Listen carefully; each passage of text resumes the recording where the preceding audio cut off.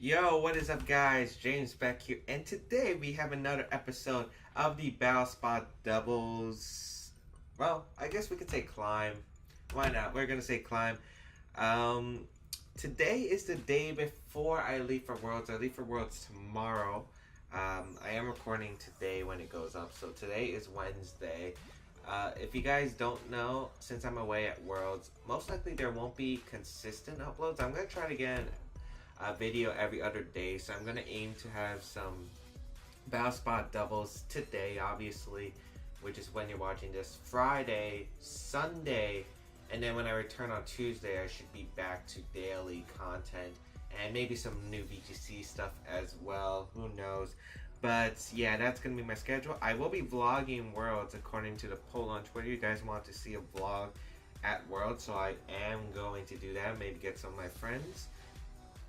But yeah, Worlds is coming up. It's gonna be exciting. And actually, the reason there's not gonna be like everyday uploads is because I still have to EV train my team for Worlds. I have to EV train five different mons actually. Yeah, five Pokemon. So that's gonna take me a bit since I do the common horde EV training. So yeah. Anyway, let's just get right into the doubles battle spot ladder. We are using this team that got top 8. It was top 8, not third, as I said. It was top 8 Mega Gardevoir team.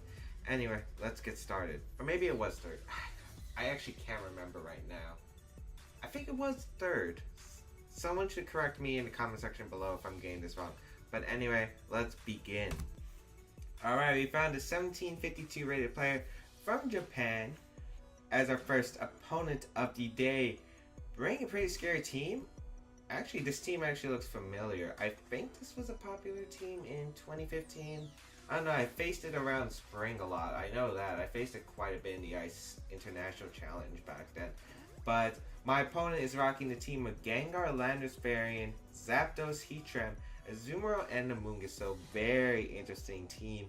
And yeah, this team is pretty scary. Mega Gengar is the Mega Evolution for my opponent, unless my opponent decided not to bring a Mega, but on this team it was Mega Gengar, so this is a throwback because I remember this team and facing it, and it could have been hell. I'm pretty sure Gardevoir Landorus is the play here. Yeah, definitely the play.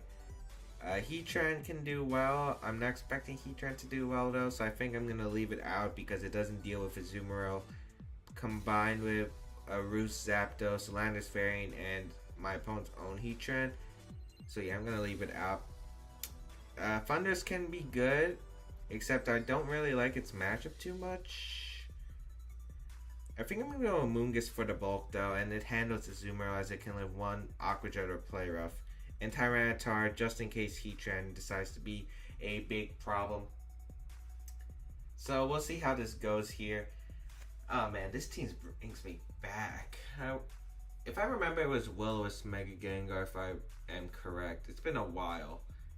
It's been literally a year since I faced this team, but my opponent's going to bring out Landorus Variant combined with Gengar, so this is going to be interesting, as I'm going to bring out my Landorus and my Gardevoir, as he's going to get Intimidate off, which is fine. Let's see. Intimidate goes off onto his Landorus. I believe it was Choice Scarf, if I remember. Choice Scarf for Landorus. We get the Levitate from the Gengar, which is pretty nice. So, no chance of him going for Earthquake here against two Levitating Mons. He could just go for the Sludge Bomb here, and that's what I'm anticipating.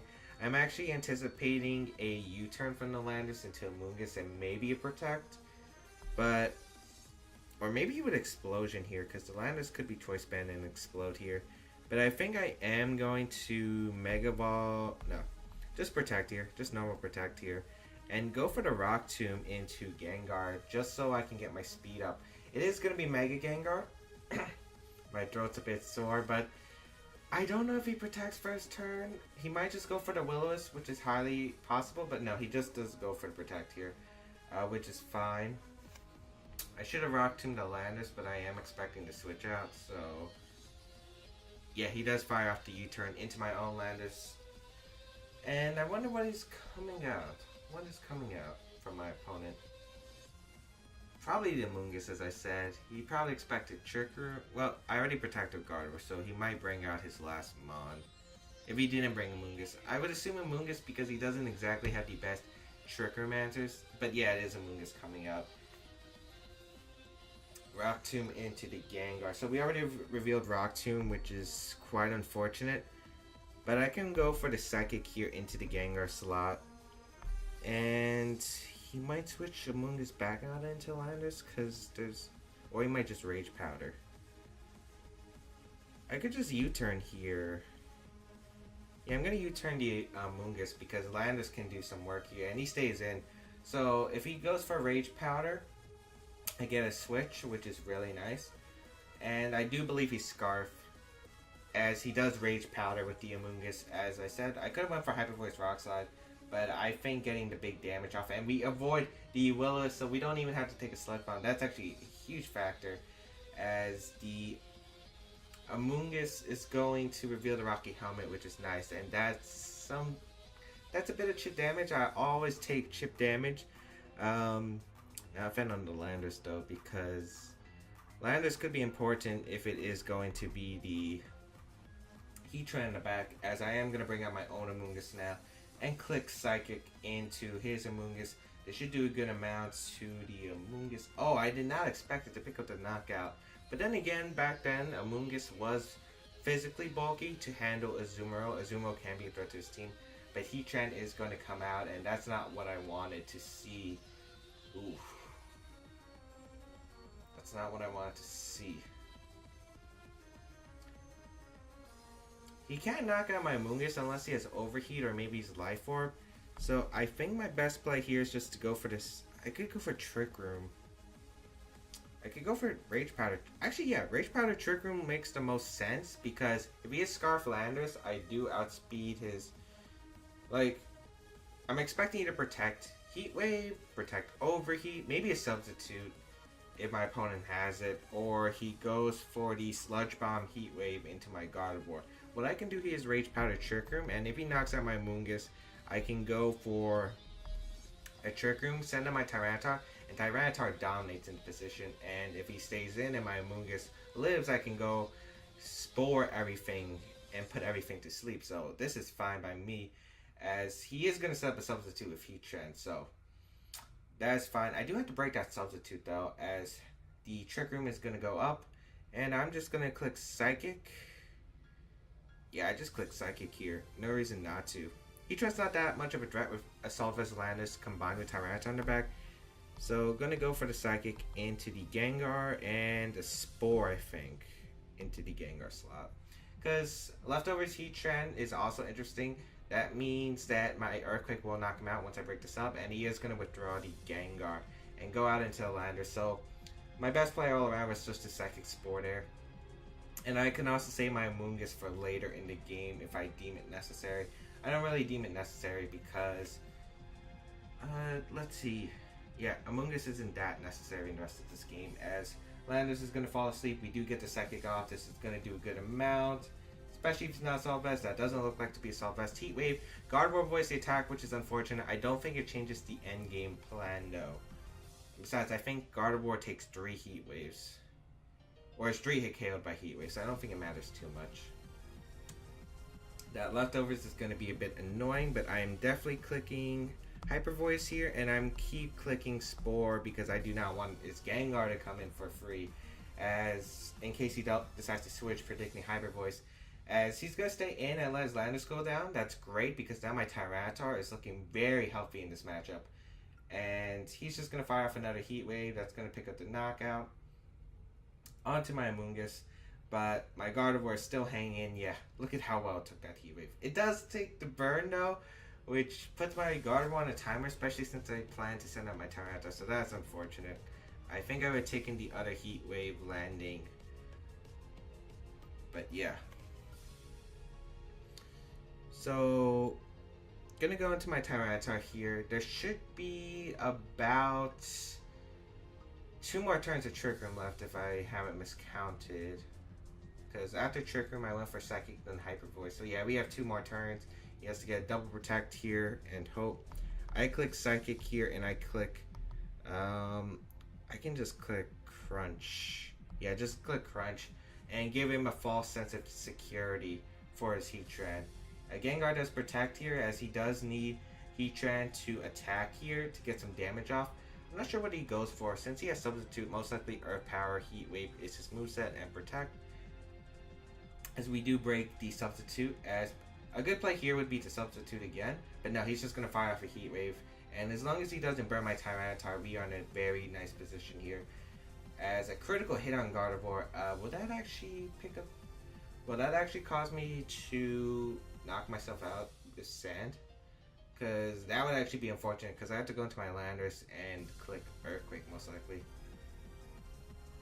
Ah, that's unfortunate. Gardevoir does go down. That's actually very... That's bad if he gets a protect. That's bad if he gets a double protect. We go into Landorus here. We click Crunch on the Gengar and we click Rock Tomb. Yeah, I mean, it doesn't matter. I guess I could go for Earthquake. But if he Heat Wave crits... I mean, it doesn't matter. I'm just going to Crunch the Gengar and Rock Tomb. Basically, I have to hope Gengar doesn't get the double, which he does. Oh, no. This game is taking a bit of a toll. As he actually fires off a Heat Wave, so... Maybe it's not that bad, because Landorus is able to eat that up. Oh, it was a crit Heat Wave. Rock Tomb into the Heatran, which will drop its speed, so Tyranitar should outspeed it, if I'm not mistaken. I wish I knew the Shadow Ball count. That Heat Wave crit might have mattered now, as Twisted Dimensions do return to normal, so I could have actually went for the low kick, but I didn't want to risk anything. Getting that double is a bit annoying. Well, if I get the Earthquake off, I win the game 100%. So I'm going to go for the Earthquake and the Crunch into the Gengar. Since he's not going for the triple protect here, there's no reason for him to go for a triple protect. If I get rid of the Gengar, I think either one of my Pokemon win. As he does go for the Shadow Ball, it's going to target the Landorus. It does pick up the Knockout. So will I be able to live a Earth Power combined with the Life Orb? He's faster. Even with the Rock Tomb, that's actually pretty bad. And he gets the special defense drop. I don't think it matters, actually. No, I don't think it matters. After the Life Orb hit, I think Earth Power would knock me out. And I guess he could have Protect Substalled, just in case. But, I gotta hope it's a speed tie. I literally have to hope it's a speed tie. What speed is this Tyranitar at? I don't remember how much speed I invested. Go for the low kick. As he is able to outspeed me and does pick up the knockout. That was unfortunate. I mean, yes, there was a Heat Wave miss from with the Gardevoir, but I think him getting the Heat Wave crit definitely mattered, because I should have been able to lose a Shadow Ball. And also the fact that the burn also screwed my game plan, because I could have just safely went for Psychic and low kick. Instead, I had to basically hope he didn't get a double protect and was able to knock out the Gengar. So very unfortunate, but we do know that this game isn't the most about playing the best. It can be luck related sometimes, but that's Pokemon. We'll be right back with our next battle. Alright, we find, I don't know how you're going to pronounce that, from Japan with a 1562 rating.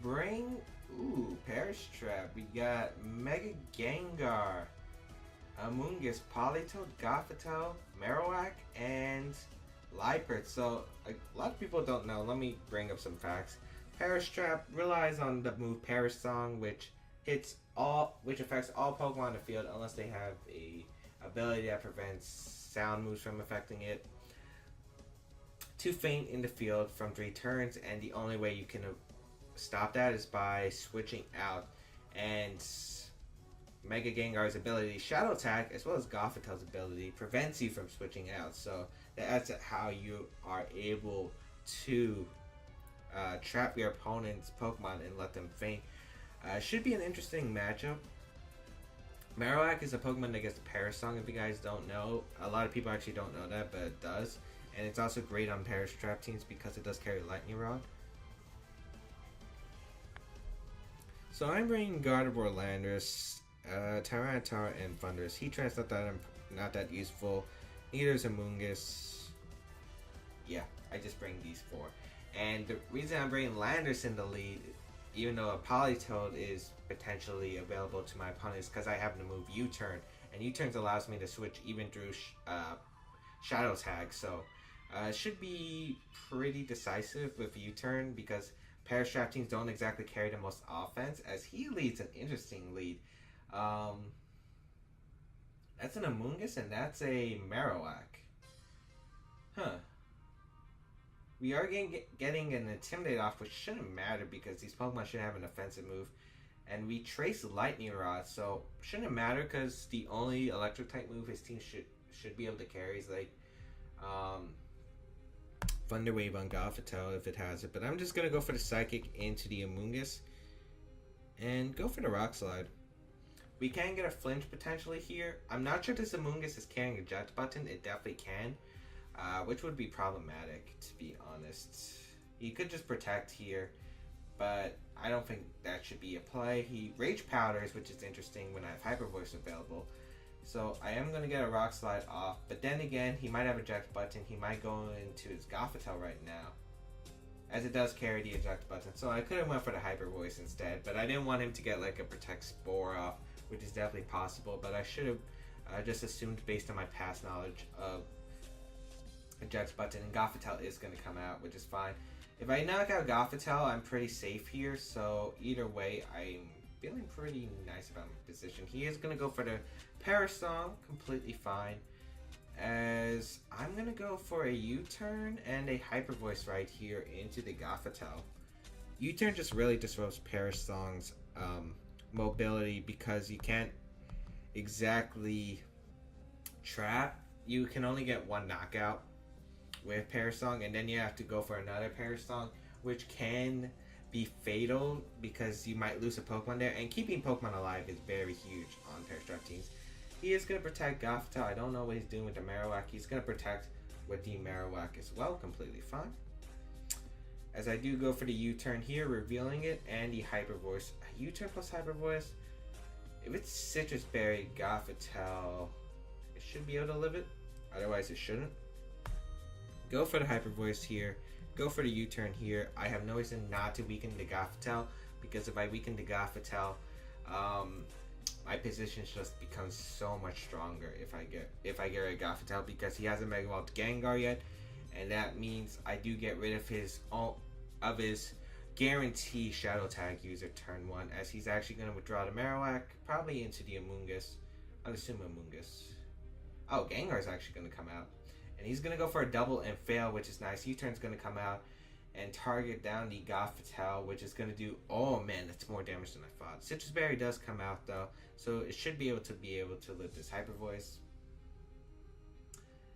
But we do get Landorus out of there, which is nice because Landorus does so well against Perish Trap teams. We already confirmed all 4 of his Pokemon. I can go directly into my Tyranitar here, as Tyranitar is going to come out, as Sandstream is going to be available. And Hyper Voice is going to hit both my opponent's Pokemon, and that's going to do a lot of damage. It does weaken the Gothitelle as well as weaken the Gengar by quite a bit. So if I get rid of both these Pokemon, I am able to win. Straight out, I'm just able to win. As Gardevoir and Gothitelle's Perish count falls to 1, I can go for the Hyper Voice right here. And a Rock Slide, no matter who he switches into, it won't be a pretty scene. Of course, he does have the ability with Disable. I would assume Disable on Gengar, so this could be problematic, as we're going to see what my opponent decides to bring out. Amoonguss is going to come out, and with Regenerator, it is healed the chip damage that I was able to do with Rock Slide. Gengar is Mega Evolving here, and we'll see.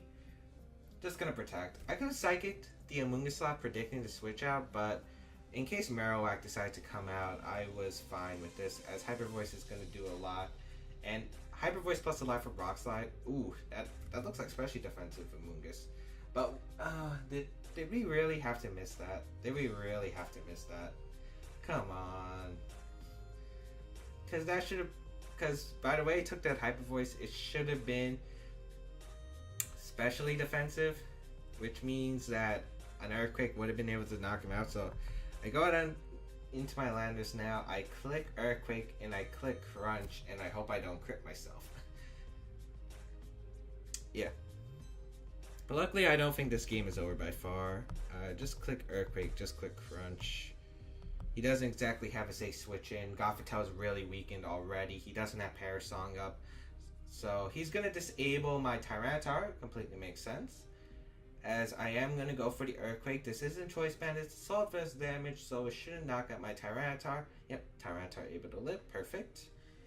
And Gengar does go down. And he should lose the game because he loses both his Pokemon. And Parasong, since he cannot switch out, will knock him out. And I still have U-Turn as a move. So Amoonguss is going to go down. As my Tyranitar still is able to live. And I don't think Marowak gets anything to knock out Landers. Unless it's maybe Ice Punch? Maybe? I don't know. As Gothitelle does come out, it's at red health. And so does the Marowak. And Marowak's pretty healthy, but it shouldn't be able to win. As I can click Earthquake and Protect here pretty safely. I do understand the disable play, but it did cost him the game. And I knew that my best play, no matter what, was to Earthquake and Crunch. He most likely didn't have an offensive move, unless it was Shadow Ball, because Ghost types can't switch out during Shadow Attack, so you have to run like a Shadow Ball or something, as he does forfeit there. But I knew my best play, no matter what, was to Earthquake and Crunch. The Amoonguss slot, Earthquake plus Crunch would knock him out regardless, and he couldn't do anything about it, because if we stayed in win Gengar, he basically gets knocked out. Shadow Ball plus Earthquake does not knock out my Tyranitar.